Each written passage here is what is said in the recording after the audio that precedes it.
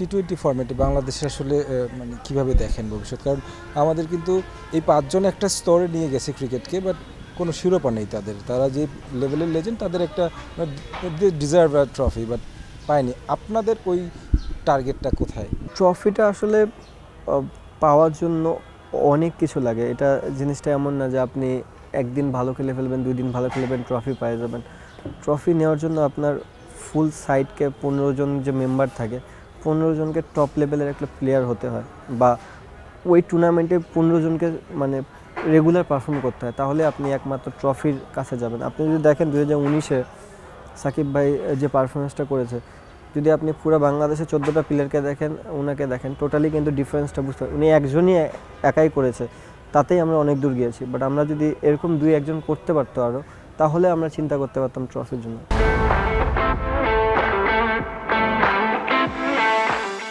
But ওটার পরে কিন্তু বাংলাদেশে যতগুলো ম্যাচ খেলেছে, ওয়ার্ল্ড কাপ খেলেছে, কেউ কিন্তু সাকিব ভাইয়ের কাছেও যেতে পারেনি পারফরমেন্সে।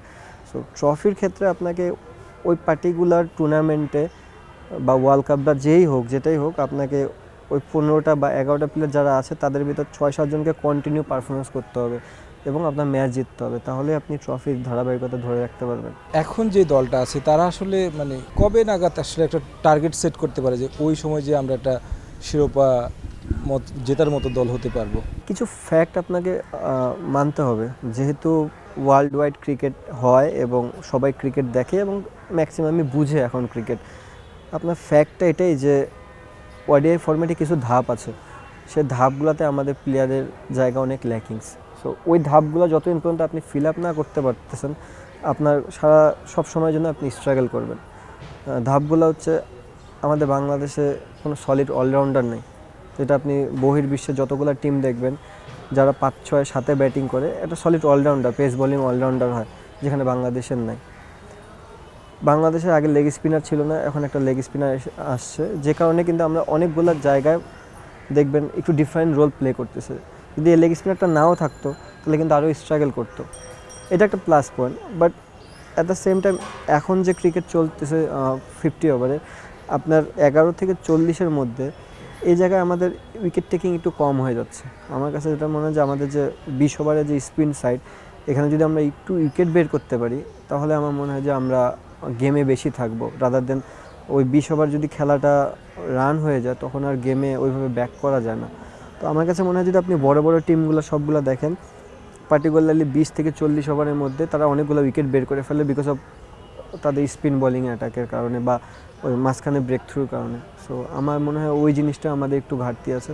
অবভিয়াসলি আমাদের প্রথম থেকেই শেষ পর্যন্ত ভালো ক্রিকেট খেলতে হবে, বাট আমি যে ফ্যাক্টের কথা বললাম যে আপনার সলিড একটা অলরাউন্ডার লাগবে, যাকে কিনা আপনি ব্যাটিং এবং বোলিংয়ে দুনো দিক দিয়ে কাজে লাগাতে পারবেন। সাকিব আল হাসান ছিল বলা যায় স্পিন অলরাউন্ডার, যদিও ছিল, তিনি নেই দলে।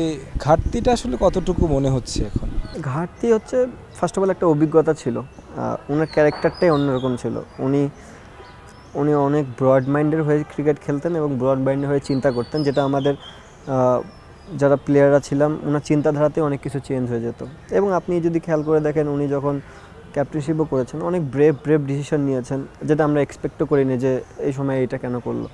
বাট এটা ওনার ক্রিকেটের অভিজ্ঞতা, কারণ উনি অনেক ফ্র্যাঞ্চাইজি ক্রিকেট খেলেছে, অনেক দিন ধরে ক্রিকেট খেলেছে, সেটা অভিজ্ঞতা কাজে লাগিয়েছে। তো অবশ্যই অভিজ্ঞতার একটা যে জায়গা, সেটা একটু ঘাটতি তো থাকবেই। আর একটা জিনিস যেটা বললাম, অলরাউন্ডার সাকিব ভাই থাকলে দুটা জায়গায় ম্যানেজ হয়। শুধু দুটা জায়গা না, এমন না, উনি টপ অর্ডারে ব্যাটিং করে এবং আপনি উনাকে প্রথম থেকে শেষ পর্যন্ত বোলিং করাতে পারবেন।